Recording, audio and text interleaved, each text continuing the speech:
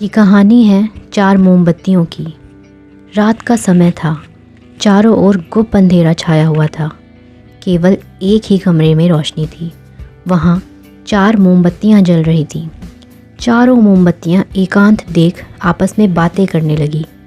पहली मोमबत्ती बोली, मैं शांति हूँ। जब मैं इस दुनिया को देखती हूँ तो मुझे बहुत दुख होता है। चारों ओर आपाधापी, लूट खसोट और हिंसा का बोलबाला है। ऐसे में यहाँ रहना बहुत मुश्किल है। मैं अब यहाँ और नहीं रह सकती। इतना कहकर मोमबत्ती बुझ गई। दूसरी मोमबत्ती भी अपने मन की बात कहने लगी। मैं विश्वास हूँ।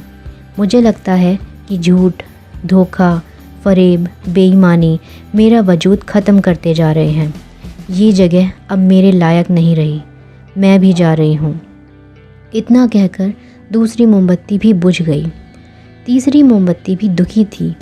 वो बोली, मैं प्रेम हूँ। मैं हर किसी के लिए हर पल जल सकती हूँ, लेकिन अब किसी के पास मेरे लिए वक्त नहीं बचा। स्वार्थ और नफ़रत का भाव मेरा स्थान लेते जा रहे हैं। लोगों के मन में अपनों के प्रति भी प्रेम भावना नहीं बची। अब ये सहना मेरे बस की बात नहीं। मेरे लिए जाना ही ठीक होगा। कहकर तीसरी मोमबत्ती भी बुझ गई। तीसरी बत्ती बुझी तो कमरे में एक बालक ने प्रवेश किया। मोमबत्तियों को बुझा हुआ देख उसे बहुत दुख हुआ।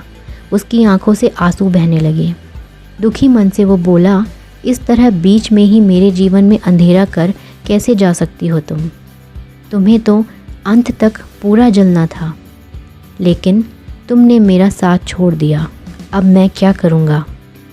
बालक की बात सुन चौथी मोमबत्ती बोली, घबराओ नहीं बालक, मैं आशा हूँ और मैं तुम्हारे साथ हूँ।